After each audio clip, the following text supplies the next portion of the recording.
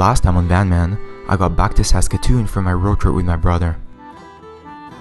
After such a fun adventure, it was really sad for me to take him to the airport and go back to the window washing grind. On top of that, that same week, I got kicked out of both my gym and my favorite bakery, two places I depended on for breakfasts and showers. I was really down that week and had no motivation to go knock on doors. I was also longing for that sense of adventure I had in Manitoba. So I decided to go on one last mini adventure.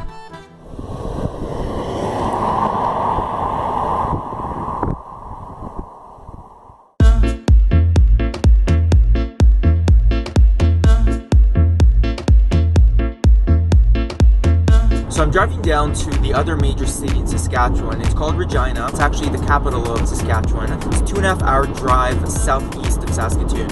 Most people that know me know the work that I do. They know that I go away for months at a time to the prairies and window wash, and the fact that I do van life. But what a lot of people don't know is that this whole van life thing actually started in Regina. I thought it'd be interesting to tell you the story and take you to all the places where the chain of events happened that led me to live in my van in the first place. And this way I can kind of close full circle and end the season where Van Man really began.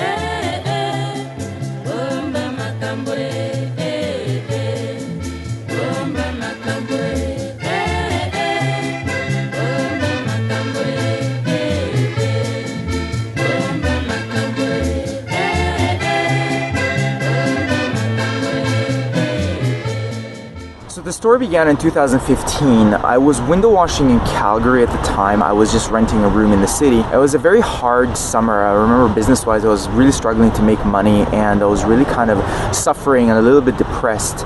And at the same time, I had two friends who were doing the same thing. They were window cleaning in Calgary, but they were actually sleeping in the van for a few weeks. Then they decided to go on a cross-Canada road trip, window cleaning across cities in Canada, and they invited me to come with them. And I was kind of seeking a little bit of adventure in my life, but I was really desperate for money, so I decided I was only going to go as far as Winnipeg while they would continue to Montreal. So then one day in August, we left Calgary, and the first city to the east is Regina. It's a full day's drive. So we arrived late at night, and we found this sleeping spot in this kind of shady industrial area. Like, it didn't feel very safe at the time, but they had already had experience doing this. We had two vans next to each other, and that was my first night ever sleeping in my van. The next morning we went for breakfast at this Denny's, and then we went to work, and I had already done some research on good areas to work, and so we went to that area and started knocking doors. So then my friends went off to the left, and then I went to the right. It's all coming back to me now. And they were actually struggling making sales. Like, they were telling me that they were having really bad vibes from people and were just not able to get any sales going, and one of them was a way better salesman than I am. However, for me, ironically, the first house that I knocked, I sold, and it was like a massive house. That was it. And I got to work on it right away. So a couple hours later, as I'm brushing away the house, the homeowner comes up to me and she's like, "Excuse me, but your brush scratched the glass doors on the balcony."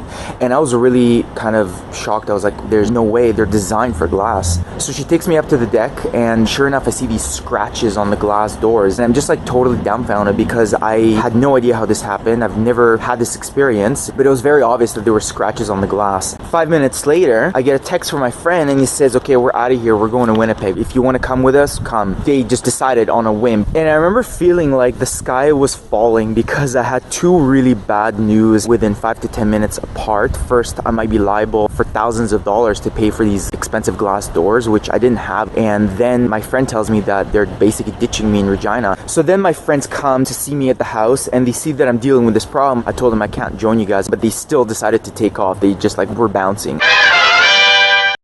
And there I was, stuck in Regina, having to deal with this issue. They ended up contacting the contractor who lived down the street, and he came over and inspected the glass doors. We're kind of standing there discussing and trying to figure out if it was my brush or not. I even told him, look, can we test it? Let me try to clean these windows with my brush now. Maybe it doesn't scratch, or maybe it does, we'll see. And it didn't leave a mark. And then the contractor says, no, I don't think it was him.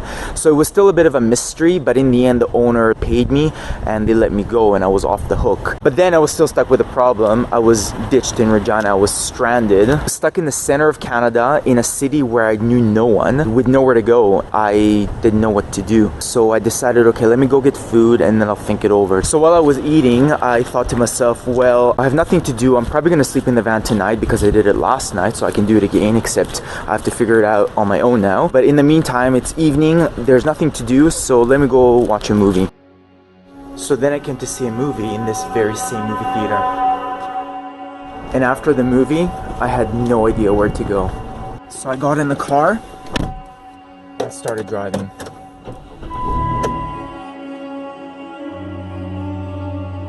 And then I remember coming across the regional legislative building, which is like the Parliament of Saskatchewan, and just being really impressed with the building. It sort of uplifted my spirit on a very dark night. But I still had to find a sleeping spot for the night, so I had to keep driving. So then I drove to the neighborhood across the road, and this was my first time ever looking for a place to sleep on my own.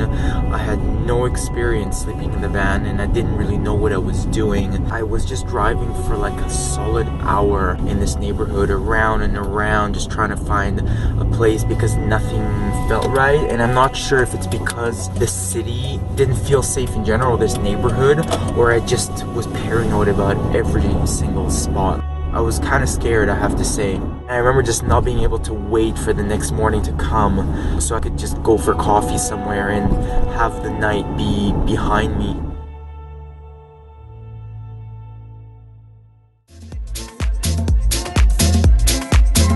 And then I came to this place for coffee called the Artful Dodger. It was like a Regina institution at the time, like a very popular place, but now it's clearly permanently closed.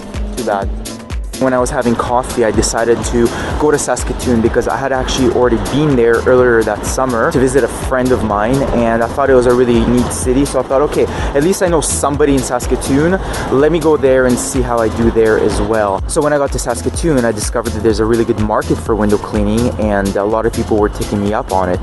So I was making pretty decent money there, and I sort of just stayed in Saskatoon for the rest of the summer in 2015 and into the fall. And obviously I just kept sleeping in the van because I thought, okay, I can save the money on accommodation and it's kind of more fun and adventurous this way. And the rest is history. Every year when I came back to the city, I would just sleep in the van. It just became a thing.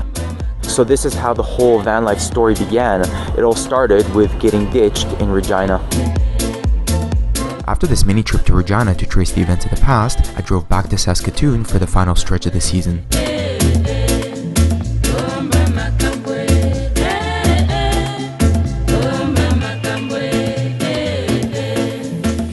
And just like every year, I did all my fall clients and then went home in early October. It was another long season, over 5 months away. Not only was this the longest continuous stretch being on the road, but I also pushed the farthest from home, reaching the heart of Canada. This season wasn't as difficult as the year before, but it had its own challenges and was just as epic, full of new experiences and hilarious moments.